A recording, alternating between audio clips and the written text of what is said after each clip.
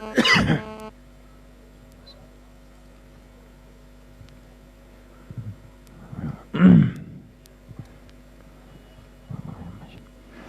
اللہ الرحمن الرحیم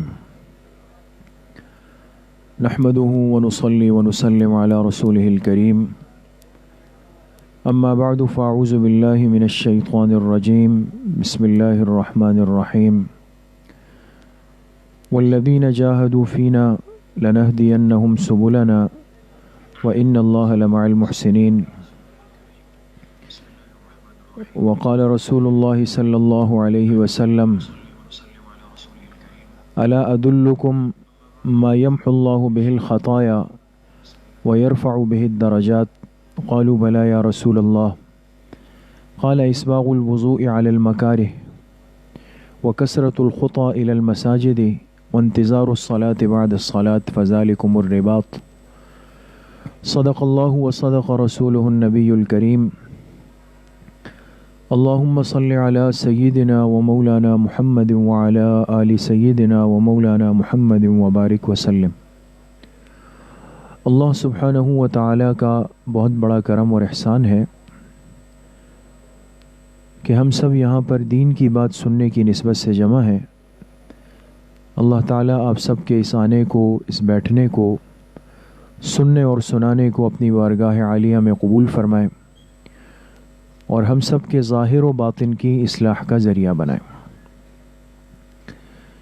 انسان جتنا اللہ پاک کے لیے قربانی اور مجاہدات کو برداشت کرتا ہے، اتنا ہی اللہ پاک اپنے اس بندے کی قدردانی فرماتے ہیں، اس کے اجر کو اللہ پاک اور بڑھا دیتے ہیں۔ اس لیے کہ اللہ پاک کے ہاں جو نظام ہے، جو ضابطہ ہے، جو ترتیب ہے، وہ فضل و احسان کی ہے۔ اللہ پاک اپنے بندوں پر بہت ہی مشفق اور مہربان ہے۔ اس لیے یہ بندہ اگر اللہ کے لیے، صرف اللہ کی رضا اور خوشنودی کے لیے اپنے اوپر کوئی تکلیف برداشت کر لے، کوئی مجاہدہ برداشت کر لے، کوئی قربانی برداشت کر لے، تو اللہ پاک اس محنت پر، اس قربانی پر اور اس مجاہدے پر اتنا خوش ہوتے ہیں کہ اپنے اس بندے کے اجر کو اتنا بڑھا دیتے ہیں، اتنا بلند کر دیتے ہیں کہ جس کو ہم سوچ بھی نہیں سکتے۔ اس لیے قرآن کریم میں اللہ پاک نے ارشاد فرمایا والذین جاہدوا فینا لنہدینہم سبلنا، جو ہمارے لیے، ہمارے راستے میں، ہمارے اس دین کے لیے مجاہدہ کرے گا۔ مجاہدہ کس کو کہتے ہیں؟ اللہ کے لیے مشقت کو برداشت کرنا، تکلیف کو برداشت کرنا۔ تو اللہ پاک فرماتے ہیں جو ہمارے لیے مجاہدہ کرے گا، مشقت کو برداشت کرے گا، تو لنہدینہم سبلنا، ہم ضرور بالضرور اس کے لیے اپنے راستوں کو آسان کر دیں گے، راستوں کی ہدایت اس کو دے دیں گے۔ وَإِنَّ اللَّهَ لَمَعَ الْمُحْسِنِينَ، اور بے شک اللہ کی ذات اپنے محسن بندوں کے ساتھ ہے، نیک بندوں کے ساتھ ہے۔ اب دیکھیں اس آیت میں اللہ پاک نے وعدہ فرمایا کہ جو میرے لیے، اللہ کے لیے کوئی تکلیف، کوئی مشقت برداشت کر لے گا، تو فرمایا ہم اس کے لیے اپنے راستے کھول دیں گے۔ ایک مسلمان چاہے مرد ہو یا عورت ہو، اس زندگی میں اس کے لیے سب سے بڑی خوشی اور اطمینان اور مسرت کی بات کیا ہے کہ وہ اپنے رب تک، اس خالق کائنات تک، اللہ پاک کی ذات تک پہنچ جائے۔ دیکھیں نا، آج ہم جتنی محنت کر رہے ہیں، آپ بنات کے مدرسے میں ہیں، یہاں تعلیم و تعلم ہو رہی ہے، اس وقت بیان چل رہا ہے، کبھی مجلس ہوتی ہے، یہ سارے سلسلے کیوں ہیں؟ اگر کوئی آپ سے پوچھ لے کہ بھئی آپ نے گھر کا کام کاج چھوڑا، شوہر بچوں کو چھوڑا اور بستر چھوڑا، آپ مدرسے کیوں جا رہی ہے؟ تو ہر سمجھدار عورت ہو یا مرد ہو وہ جواب کیا دے گا؟ بھئی ہم چاہتے ہیں کہ ہم اپنے دین کو سیکھ لیں اور سیکھ کر اللہ پاک کو راضی کر لیں۔ تو ہر مسلمان کی فکر تو یہ ہے کہ میں اللہ پاک تک پہنچ جاؤں، اور اس کے لیے ہم سارے اعمال کرتے ہیں. لیکن آپ غور کریں، اس آیت میں اللہ پاک نے وعدہ فرمایا. نکتے کی بات اور غور کی بات یہ ہے آج کے اس مجلس میں، اللہ نے وعدہ فرمایا اور اس کے لیے جو لفظ استعمال کیا، لَنَهْدِيَنَّهُمْ سُبُلَنَا. لَنَهْدِيَنَّهُمْ سُبُلَنَا عربی زبان میں صرف کے اعتبار سے جب کسی لفظ پر لام داخل ہو جائے، جب کسی پر لام داخل ہو جائے تو یہ لام دلیل ہوا کرتی ہے کہ اس جملے میں تاکید ہے. آپ غور کریں، لَنَهْدِيَنَّهُمْ، اس پر لام آ گیا. آگے جو صیغہ استعمال ہوا نَهْدِيَنَّهُمْ، یہ نون تاکید ثقیلہ کہلاتا ہے. یہ صرف آپ کو سمجھانے کے لیے، دماغ کو الجھانے کے لیے نہیں، سمجھانا یہ مقصود ہے کہ جب انسان اپنی کسی بات کا یقین اور اطمینان سامنے والے کو دلاتا ہے تو ہم اپنی زندگی میں کیا کہتے ہیں؟ بھائی ضرور بالضرور ایسا ہو جائے گا. ہم کہتے ہیں نا کہ یقیناً ایسا ہو جائے گا تاکہ میری بات میں وزن آ جائے. تو انسان جب اپنی بات کو وزندار بناتا ہے، مضبوط بناتا ہے، تو وہ تاکید کے الفاظ لاتا ہے. یہاں تو کہنے والی ذات اللہ تعالیٰ کی ہے، اور اللہ تعالیٰ کو ہمیں مطمئن کرنے کی کوئی ضرورت نہیں تھی. اللہ کا ہر فرمانا، ہر ارشاد برحق اور سچ ہے. لیکن غور کی بات یہ ہے کہ اس مقام پر اللہ رب العزت نے بھی تاکید کے الفاظ استعمال کیے تاکہ میرے یہ بندے اچھی طرح مطمئن ہو جائے، ان کو تسلی ہو جائے کہ جو کہا جا رہا وہ یقیناً ہو کر رہے گا. جو میرے لیے قربانی اور مجاہدہ کرے گا، تکلیف برداشت کرے گا، لَنَهْدِيَنَّهُمْ سُبُلَنَا، ہم اس کو اپنے طرف آنے کے راستے اس کے لیے آسان کر دیں گے. اور آگے فرمایا، ایسا کرنے والوں کے ساتھ اللہ کی ذات ہے. تو بات واضح ہو گئی کہ ہم اگر اپنی اس زندگی میں صرف اللہ کی رضا اور اللہ کی خوشنودی کے لیے کوئی قربانی دے دے تو ایک تو اللہ تک پہنچنے کے راستے پر آ گئے، اور دوسرا ہمارے ساتھ اللہ کی معیت ہو گئی، اللہ کا ساتھ ہمارے ساتھ ہو گیا. بتائیں کتنی بڑی خوش نصیبی. یہ بات اس لیے عرض کر رہا ہوں کہ اس وقت بھی سردی ہے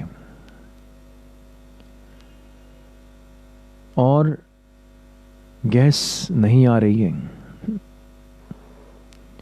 ہر ایک نے سردی سے بچنے کے لیے اسباب اختیار کیے ہوئے. کسی نے جیکٹ پہنی ہوئی، کسی نے بنیان پہنی ہوئی، سویٹر پہنا ہوا ہے، شال پہنی ہوئی ہے، موزے پہنے ہوئے ہیں، دستانے پہنے ہوئے ہیں، ہے نا. اب دیکھیں، یہ ہے مجاہدے کا وقت، قربانی کا وقت. اب عام دنوں میں وضو کرنا آسان ہے، عام موسم میں فجر میں اٹھنا آسان ہے، عام حالات میں بیان سننے کے لیے گھر سے مدرسے تک آنا آسان ہے، اس لیے کہ کوئی تکلیف نہیں. لیکن آج مشکل ہے، اس موسم میں مشکل ہے. کیوں؟ اس لیے کہ ٹھنڈ کا غلبہ ہے، جسم کمزور ہے، پھر گرم پانی آسانی سے ابھی میسر بھی نہیں. ہر آدمی، ہر گھر پریشان ہے گیس کی وجہ سے. اللہ عافیت فرمائیں گے انشاءاللہ.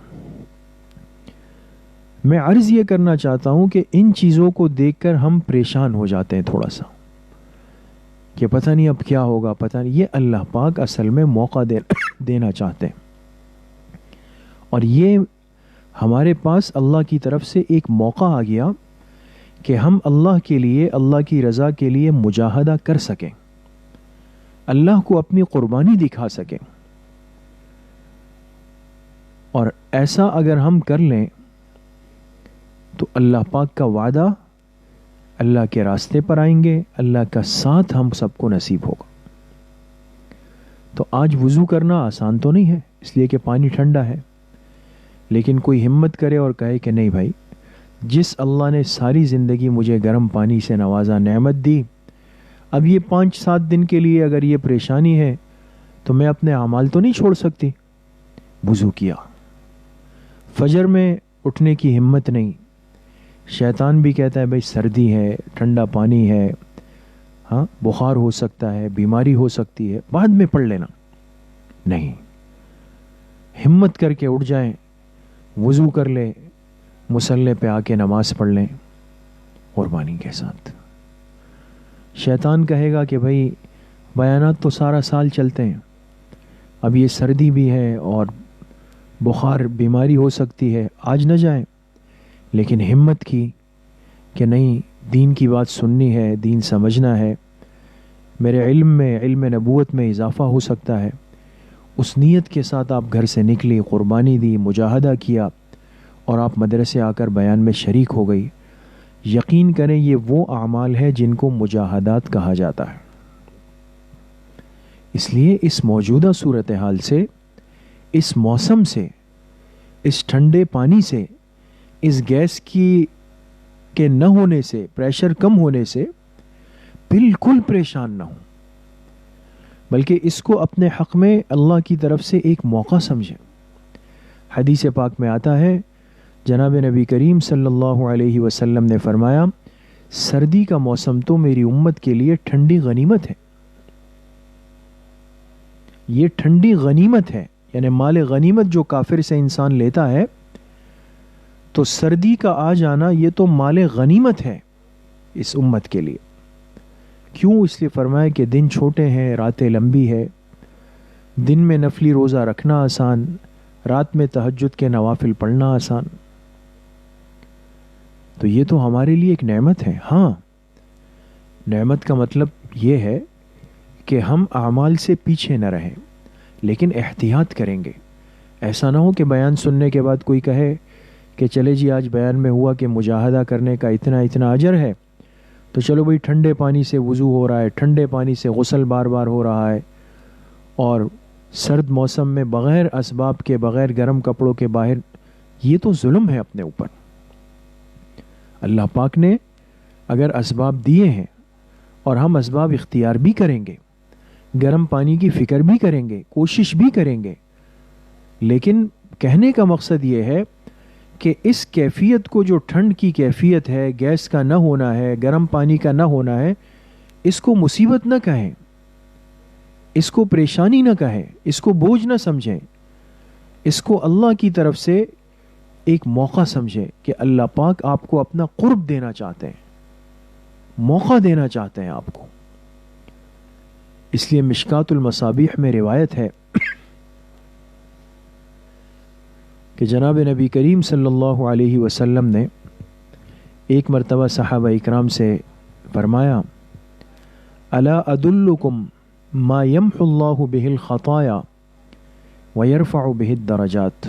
بہت اہم اور بڑی شان والی روایت ہے، بہت غور سے سنے سب۔ الا ادلکم ما یمحو اللہ بہ الخطایا ویرفع بہ الدرجات۔ فرمایا کیا میں تمہاری رہنمائی نہ کروں ایسے عمل پر کہ جس کی وجہ سے اللہ پاک گناہوں کو معاف کر دیتے ہیں،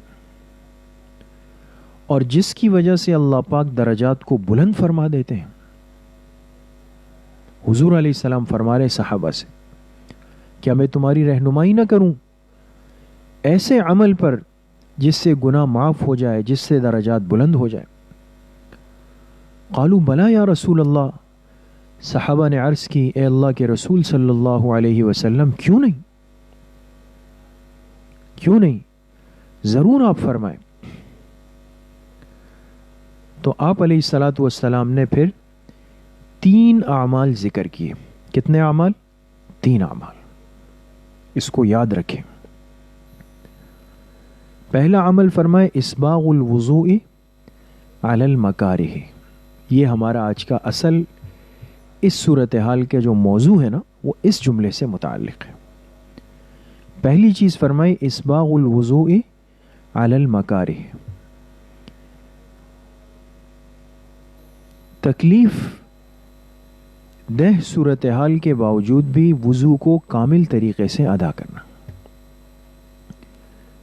تکلیف والی صورتحال ہے. اسباغ الوضوء علی المکارہ. مکارہ کہتے ہیں وہ چیز جو انسان کو ناپسندیدہ بوجھ لگے، لیکن اس کے باوجود بھی اگر یہ بندہ وضو کامل درجے میں کرے گا تو اب دیکھیں نا، پانی ٹھنڈا جسم پر لگتا ہے تو کپ کپی ہوتی ہے، جسم کانپ رہا ہے، ٹھنڈ بڑھ جاتی ہے. تو دیکھیں جسم پر تو بوجھ اور مشقت اور تکلیف آ رہی ہے، لیکن اس کے باوجود اگر یہ مسلمان مرد عورت اس کی پرواہ نہ کریں اور کہیں نہیں بھائی میں تو وضو پھر بھی کامل طریقے پر ادا کروں گی، یہ وہ پہلا عمل ہے. پہلا عمل. آج تو ہمیں ٹھنڈے پانی سے وضو یا غسل کرنا بوجھ لگ رہا ہے، لیکن یقین کریں اگر انسان احتیاط کرتے ہوئے اور اس موسم کے اسباب اختیار کرتے ہوئے وضو غسل پورا کرے گا تو دل میں یہ دھیان اور استحضار رکھیں کہ اس کی برکت سے ہمارے گناہ بھی معاف ہو رہے ہیں اور اس کی برکت سے ہمارے درجات بھی اللہ کے ہاں بلند ہو رہے ہیں. اس لیے کہ پاک پیغمبر کا ارشاد ہے اسباغ الوضوء علی المکارہ. باوجود تکلیف والی صورتحال کے انسان وضو کامل طریقے سے ادا کرے. اس لیے عرض یہ کرنا چاہتا ہوں کہ ٹھنڈ کو بنیاد بنا کر اگر ہم فجر کی نماز آج چھوڑ رہے ہیں وقت سے تو بہت بڑی محرومی ہے، بہت ہی بڑی محرومی ہے. ایسا نہ ہو. ٹھیک ہے سرد پانی استعمال کرنا مشکل ہے، اپنے لیے تھوڑا سا گرم پانی گرم کر لیں. یہ دیکھیں نا جو محنت ہوگی نا، اضافی محنت کہ اب پانی گرم، پہلے تو گیزر چل رہا ہے ڈائریکٹ پانی آ رہا تھا، ہم صرف نل گھماتے تھے، لیکن اب کیا ہے کہ آپ کو پانی گرم کرنا ہے، باورچی خانے جانا ہے، پھر گیس کا پریشر کم ہے کبھی نہیں، انتظار کرنا. یہ ساری چیزیں ہیں، لیکن دیکھیں یاد رکھیں یہ اللہ کے ہاں محفوظ ہو رہی ہے. یہ قربانی ضائع نہیں ہے، اللہ کی ذات بڑی قدردان ہے. ایک وضو اور ایک غسل کے لیے جتنی محنت آج ہم کریں گے، کوشش کریں گے، یقین کریں یہ ساری قربانیاں، یہ مجاہدات اللہ کے لیے ہو رہے. ورنہ کیا وجہ تھی؟ آپ بتائیں نا، ہم کس مقصد سے اٹھتے ہیں فجر میں، تہجد میں، ٹھنڈے پانی سے وضو اور غسل کیوں کر رہے ہیں؟ ہمارے سامنے صرف کیا ہے؟ اللہ کا حکم ہے، اللہ کی ذات ہے، اللہ کی رضا ہے، اور کسی مقصد سے ہمارا اٹھنا نہیں ہے. اگر ذاتی مقصد کے لیے ہوتا تو ہم کہتے بھائی بعد میں کر لیں گے. نہیں، ایک مسلمان ساری قربانی دے اسی لیے رہا ہے کہ میرا اللہ مجھ سے راضی ہو جائے، اللہ کا حکم میں پورا کر لوں. یہ قربانی اسی لیے ہے. ورنہ دنیا کا کوئی بڑے سے بڑا انسان اگر ہمیں کہے، ہم تیار نہیں ہوں گے، بالکل بھی نہیں ہوں گے. اس لیے ہمارے بزرگوں نے ایک بڑا عجیب واقعہ لکھا عبرت کا کہ ایک بادشاہ گزرا اور اس بادشاہ کے پاس دنیا کے سارے اسباب، وسائل، ضروریات، معاملات، سب چیزیں بہت اعلیٰ درجے کی، خزانہ بھرا ہوا، حکومت بڑی جاندار، لوگ بڑے وفادار، کہیں سے کوئی پریشانی نہیں، اور پھر بادشاہ خود ذاتی طور پہ بڑا حسین و جمیل، خوبصورت، صحت مند، تندرست، کوئی بیماری نہیں، کوئی کمی نہیں، زندگی گزر رہی ہے بادشاہ کی. ایک دن ایک وزیر نے آ کر بادشاہ کو کہا کہ مجھے آپ مناسب سمجھے میں آپ سے ایک بات کہوں. بادشاہ نے کہا دیکھیں آپ اپنے آپ پر نظر ڈالیں تو آپ کو کسی چیز کی کمی ہے؟ بادشاہ نے کہا نہیں. میں تو ہر اعتبار سے نوازا ہوا ہوں. کہا آپ کا خزانہ بھی بھرا ہوا, آپ کو کوئی بیماری بھی نہیں, آپ کو چہرہ بدنما بھی نہیں, سب چیزیں آپ کے پاس 100% مکمل ہے, کوئی کمی نہیں, کوئی عیب نہیں. تو آپ میں وہ ساری کوالٹیز, صفات, خوبیاں موجود ہیں جو ایک پیغمبر میں, نبی میں ہونی چاہیے.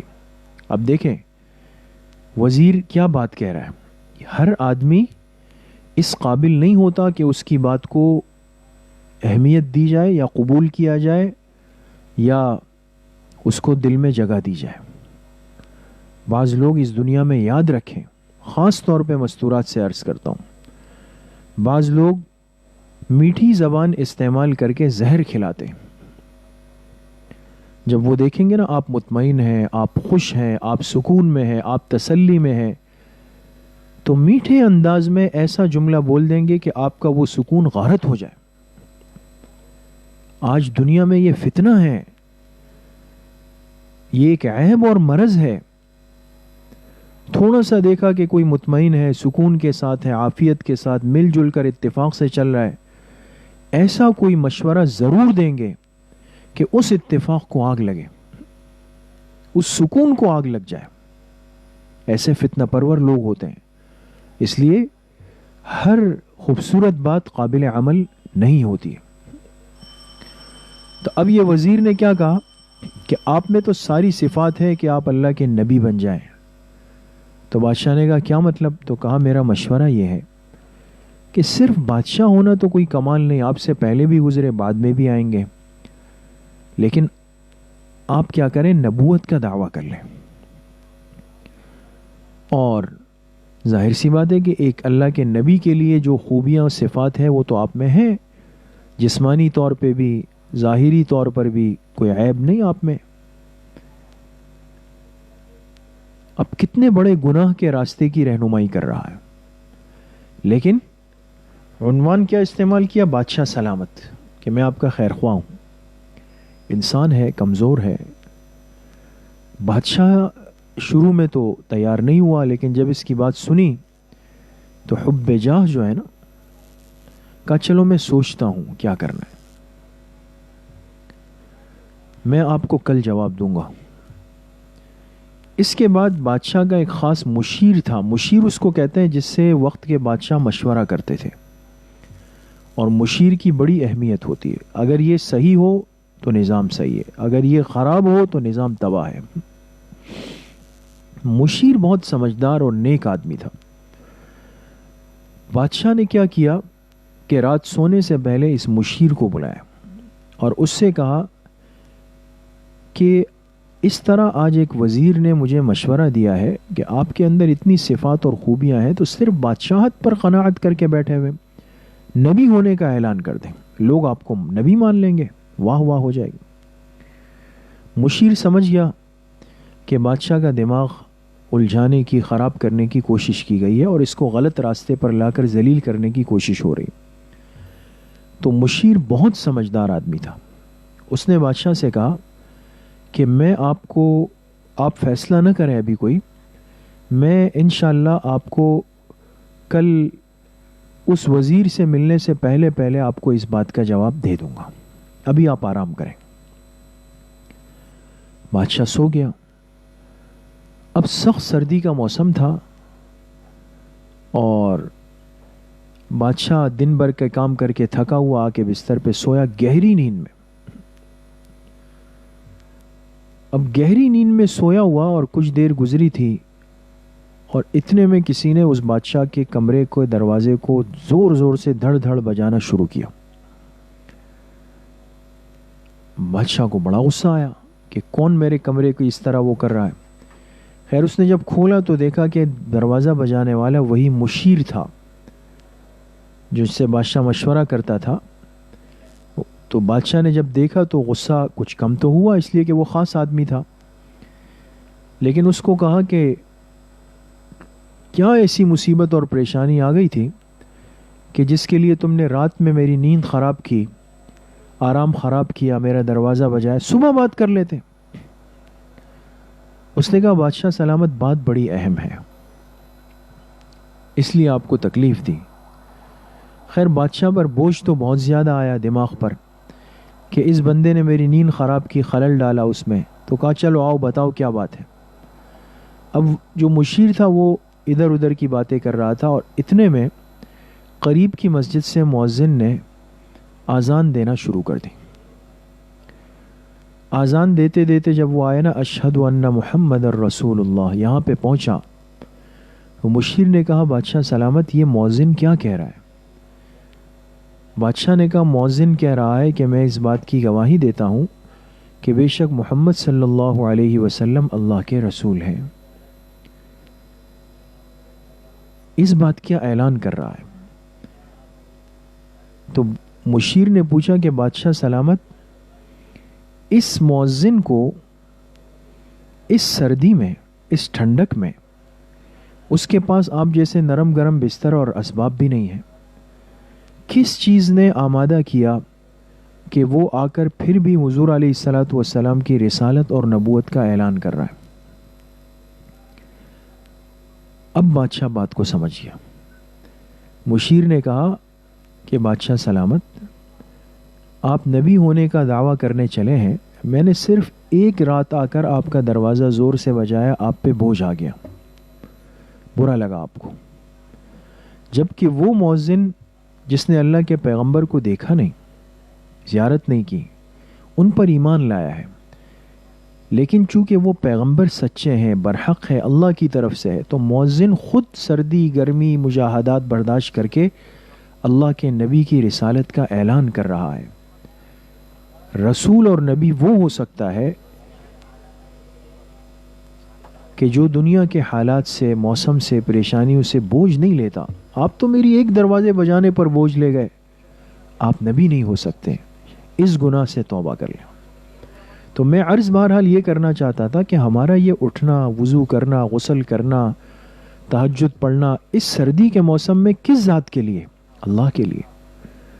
تو اگر ہم اہتمام سے اب بھی وضو کریں گے تو اللہ پاک اس کا بہت بڑا اجر دیں گے۔ دوسری بات فرمائی وَكَثْرَةُ الْخُطَىٰ إِلَى الْمَسَاجِدِ، کثرت کے ساتھ قدم اٹھا اٹھا کے مسجد جانا۔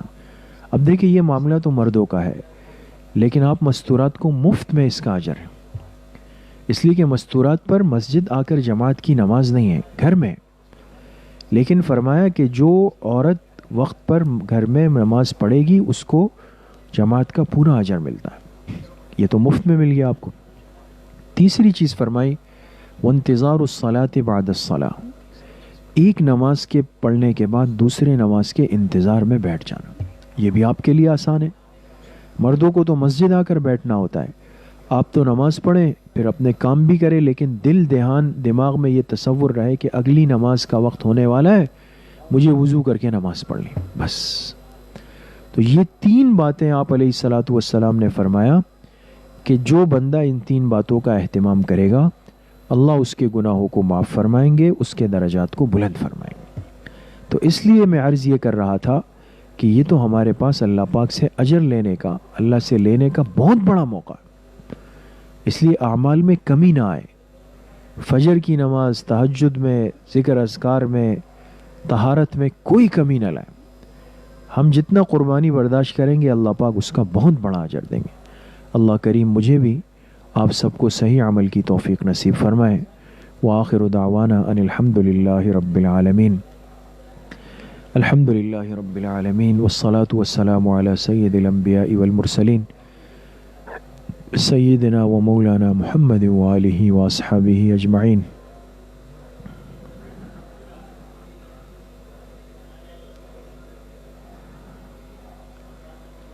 وصلی اللہ وسلم علی نبینا محمد وآلہ واصحابہ اجمعین برحمتک یا ارحم الراحمین۔ انشاءاللہ کل بروز اتوار حسب ترتیب مغرب کی نماز کے بعد تاریخ اسلام کی مجلس ہوگی، مستورات اہتمام سے شرکت فرمائیں۔ السلام علیکم۔